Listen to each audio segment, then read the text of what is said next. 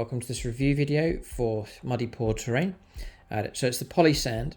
We're going to take a bit of a closer look here. In battle reports, we've been featuring this range and talking a bit about it, but in this video, just a bit more information here for this poly sand. So there's 6 types available, and I've been sent a sample of each. I've actually put them onto a board here so you can see how these have set. But the colours, I'll show you on the boards here.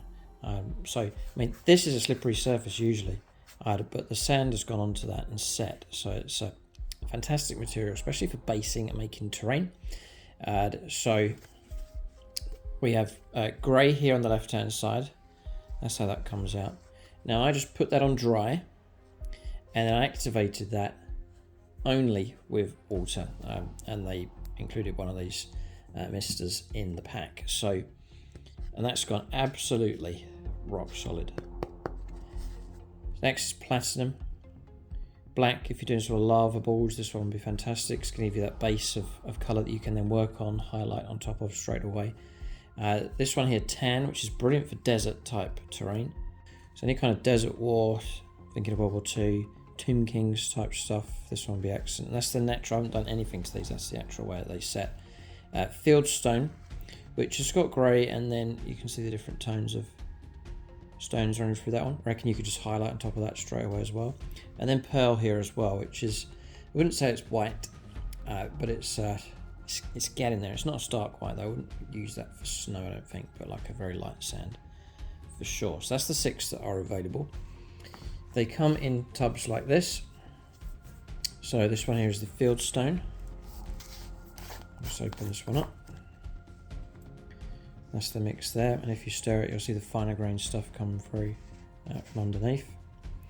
And the idea is that you put that on dry. I'm gonna make a little pile of it here, and you could use. I mean, I tidied these up with a brush. Just worked on it dry. Set it in place. And then activated it with a mister, which is very handy because it's going to give you a nice even coat without disturbing the grain of the sand. And I just put it on. It seems to work when it's just nicely flooded, but not too much, like so. They say you can, you've got about half an hour to manipulate it if you want. So you could make marks like tank track marks and so on, footprints, those kind of things, or push in the feet of models that you're going to stick on later on. Those kind of things, you can manipulate it for about half an hour, and then it starts to set. It's about a full 24 hours before it's completely like rock solid like this. It's just advised that you just leave it, but it will stick to, I mean, it's stuck to this surface. Stick to wood, metal, your plastic basing, no problem at all. So it's fantastic stuff. And the great thing about it is I'm not having to worry about this starting to dry out. It will store dry, and you can just use it whenever you want. The tubs are big. With these tubs here, you're going to base a whole army with this, no problem. Or you're going to do a fair chunk of your terrain projects with it. So you're getting a lot of basing in these tubs. And then to further develop this along, I've actually done a sample board that I've actually done some work on. So like a desert terrain type board here. So I use the tan shade. Again, poured it on. Use the brush to manipulate it into place, and then just mist it up with water. They say you can use PVA if you want to. You can use PVA glue or watered down PVA glue, or just water to activate it. And it's got flex to it, and there's just no movement on that at all. So it goes like absolute concrete, this stuff. I then washed it with like a Seraphim Sepia wash, and then let it dry out, and it's still rock solid. And then I've highlighted it with a Shabti bone to give it that nice desert effect. And then just some flocks on top, some tufts and some flock, just to finish it off, and you got yourself a desert board very, very quickly. So that's how you can use MuddyPawTerrain. Seems to work just fine. So that's just an opportunity to give you a bit more detail and show you how the poly sand works.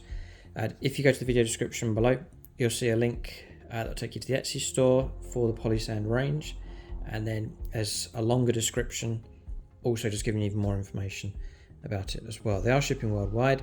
If you're in the United States, they can ship to you no problem.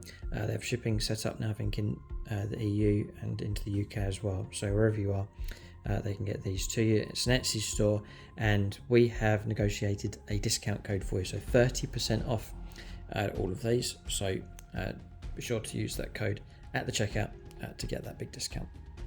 And I think they're very sensible colours. They're looking to expand the range, so keep an eye out for that as well. But these are sensible enough. These will work great on Warhammer 40,000, but a crossover into historical as well, like bolt action.